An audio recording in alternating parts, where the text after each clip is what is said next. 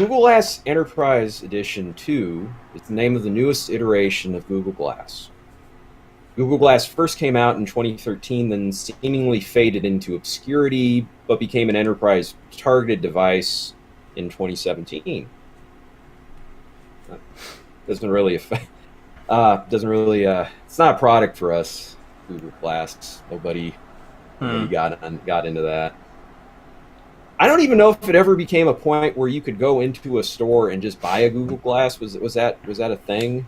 Well, you could sign up for a beta program if obviously you had enough money to buy one, which back then, when it first became a thing, it was $1,500. But the new Enterprise Edition's only $1,000, so hey, $500 off. Glass remains off the radar for widespread adoption, which is okay.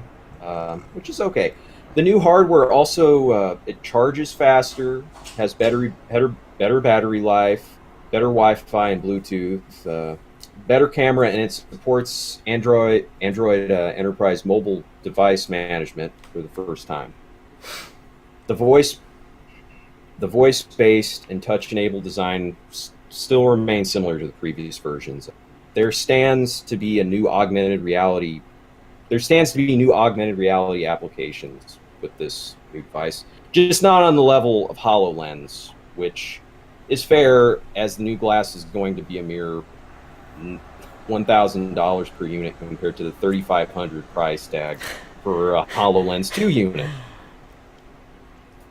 It's not being sold directly to customers, but rather to partners to sell specially designed use cases to businesses. Though to be fair, it's not exactly the same thing as HoloLens. The Google Glass, at least back when it first launched, it was a very simple interface. You could display the time or the weather on it, or read text messages on it and stuff like that. Very limited use case, really.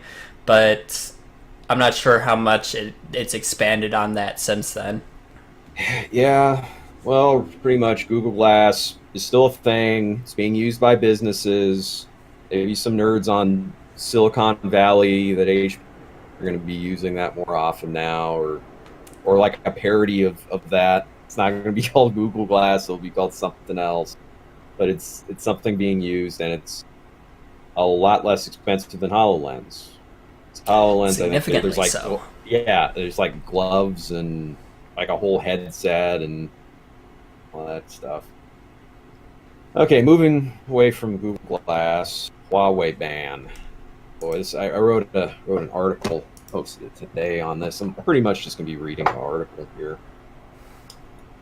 And if you want to chime in, I will keep track of where I was, and I'll continue when done chiming in. Okay, so Chinese technology giant Huawei has been cut off from doing business with any United States company without explicit government approval at the behest of an executive order from President Donald J. Trump, released May 15th, 2019. After a single day in effect against Huawei, the ban has been revised by the U.S. Department of Commerce to a 3-month limited license period that will expire August 19th, 2019. This will allow them to continue working with business partners such as Intel, Qualcomm, Google, or any others to release software updates to devices still on the market. This is limited to software, so no hardware trade. Likely these leniencies are more as a favor to American business interests involved, rather to shore up contingency plans. In North America, Huawei isn't a household name. You can't really go to a store and get a Huawei. Things I haven't really been looking, but I'm pretty sure it's just really not a household name. They're big in Asia, actually, being the second largest manufacturer of smartphones behind Samsung and ahead of Apple wide. Moreover, year to year between 2018 to 2019, their cell phone sales market growth grew by a staggering 50%, while Apple's dropped 30%. So the rise of Chinese Huawei has hit American Apple the hardest. Huawei also makes tablets, home routers, laptops, smartwatches, and what's most at stake as far as the story is concerned, they're leading in telecom infrastructure that's been planned to roll out 5G wireless networks around the world. All of this is in jeopardy because Huawei is currently dependent on US made components like semiconductors and software for their products to work. A future of autonomous cars and neon smart cities is being pushed back by these political squabbles. The US government has deemed Huawei technology as a security threat against the USA. Huawei has had a troubling history of rightfully being accused of intellectual property theft, but this new accusation is much more serious. What doesn't make any sense is that Trump is saying that this while also saying that these restrictions can be lifted as part of a Chinese trade deal. If we were all being bugged by China via Huawei, then you'd think the only deal to ensure national security would be complete divestment as it is to the current threat to Huawei. Huawei being put in a trade limbo sounds like a bargaining chip for better terms in U.S. favor, but really, what's stopping China from responding back with something worse? For another matter, spying accusations between USA, China, and Russia all sound like white noise by now. Uh, it's an Ouroboros of kitchen pots and pans accusing each other of being black. So there's a lot of hypocrisy with the United States, doing this. It's hard to know who to believe, really, is what I'm kind of getting at here. Are their products really a security threat, or is, the president just trying to stick up for Apple? Because really, this is like a big smack at Well, China. I mean, stick up for Apple. In the long run, this might actually hurt Apple more than if he hadn't done it. If he had just shut up and not done anything, because Apple does a lot of business in China. Like all their iPhones get produced in China. Well, not all of them. They actually just recently opened a factory in India, I believe. But most of their phones and most of their hardware and stuff get produced in China. So in retaliation, China can just ban Apple, and then Apple will be fucked. Apple will be straight up screwed and not be able to do a goddamn thing about it. The U.S. should have thought about the future consequences of outsourcing to countries like China as a security concern some 30 to 40 years ago. Because, if all these factories are in China, it just seems like if China gets pushed too far, what's stopping them from just, seizing production of, all their factories? That happened in Cuba. Yeah, I don't think they're going to seize. I think they're just going to ban them and then take over them after they've been banned, because they'll probably be classified as abandoned or whatever. Because obviously they'll probably set a date at which Apple needs to get out, and then after they get out, they'll just repossess the property. This is a pissing contest, and we're all losing. Yes. Huawei's rise in the phone market is going to be kneecapped by no longer... Yes, actually, Okir has a good point. China is also one of the largest producers of rare earth minerals, which obviously most components for most electronics are made out of. So that could technically... And he's saying he's doing this to help the U.S. tech industry, but that fact alone could mean that he completely destroys the U.S. tech industry. Because we won't be able to produce anything, and they won't be able to produce anything. We're both fucked. The components that Huawei needs from the United States, they won't even be able to make them without those earth minerals. It's a global economy, and there's a big monkey wrench. This could seriously destroy the tech industry, the whole fucking thing. Aside from other countries who aren't in a trade war with China, which that it might actually it'll destroy the tech industries in both China and the U.S. if this escalates any further. That is of no doubt. But it might not completely destroy the tech industry. It'll destroy a massive chunk of it because most of it's in US and China. But companies like Sony, that's based in Japan, Samsung, that's based in Korea, and other companies that are based in Europe and the rest of Asia, they'll be fine, and this would actually clear the stage for them to get a major boost as well, you know? And Korea is an ally of the United States, you know, so you go with that. Okay, so let me start this sentence. Okay, Huawei's rise in the phone market is going to be kneecapped by no longer getting licensed Android OS support through, including Google Play services. They're going to have to resort to building a new ecosystem on a custom OS, most likely still Android-based through the Android open source project. Project Z that's what their in-house operating system that they're going to have to just create out of necessity because they're not going to be able to use like a normal Android operating system. It could work within China, some people don't know this, but a lot of Google Play services don't work in China because of censorship over there. Yeah. That, people talk about the Great Wall of China. The Great Wall is like their firewall from like the rest of the internet. The Great Firewall of China. Yes, I'm aware of that. Firewall of China. Yeah. So outside of China, like other OS ecosystems have not fared well. Okay, Windows Phone, Fire Phone, BlackBerry, they just don't exist anymore. Nokia made their own OS because they refused to adopt Android, and they failed as well.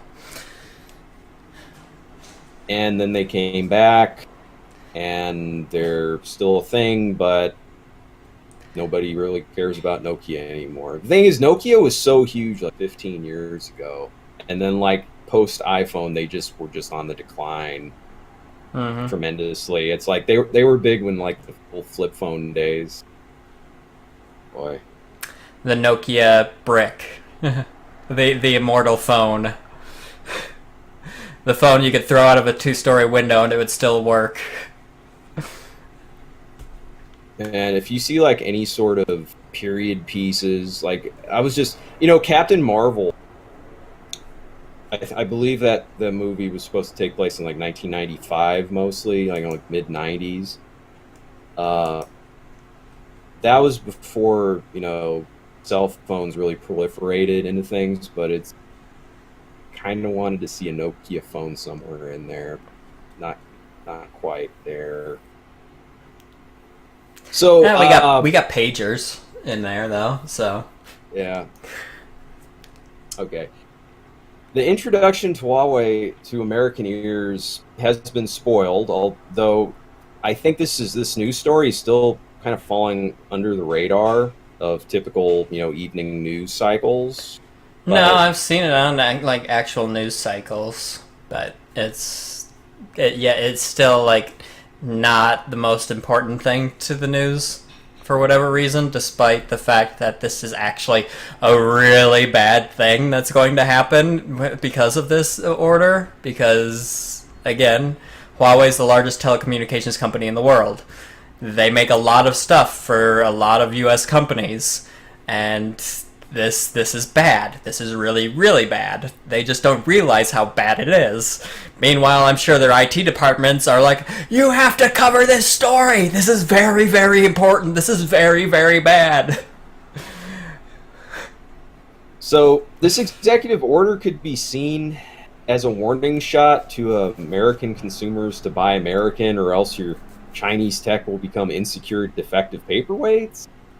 Uh, if this can happen to Huawei, could it happen to OnePlus or Xiaomi with the same effect? China does have a sketchy reputation of fly-by-night businesses and piracy and junk like that, but this unilateral interference by the president doesn't seem warranted. The effects of this will stifle progress. Yes, and personally, with Huawei devices, I probably some of the track record, some stuff that has come up over the years when their name comes up, it's just kind of scandalous. I probably wouldn't want to get a Huawei phone anyway. They have a what's called like the P30. The P30 Pro is just set to launch in a couple of weeks, and for that matter, so was their foldable was set to launch within a couple months, which would be the Mate X. And honestly, it was looking really good, and the P30 Pro was getting stellar reviews from a lot of tech YouTubers and stuff as well, and it really sucks. Like you said, I believe that Huawei's the second largest manufacturer of cell phones, like the second largest cell phone in sales and manufacturing in the world, right Just behind recently, Samsung. it seems like they just passed up Apple just within the last year or two, like just getting more into that industry. And And now this happens. yeah, so I was gonna move over to Qualcomm news. So if there's anything else to say about Huawei, it's you just I would not recommend anybody buy anything from them. They are in limbo right now, and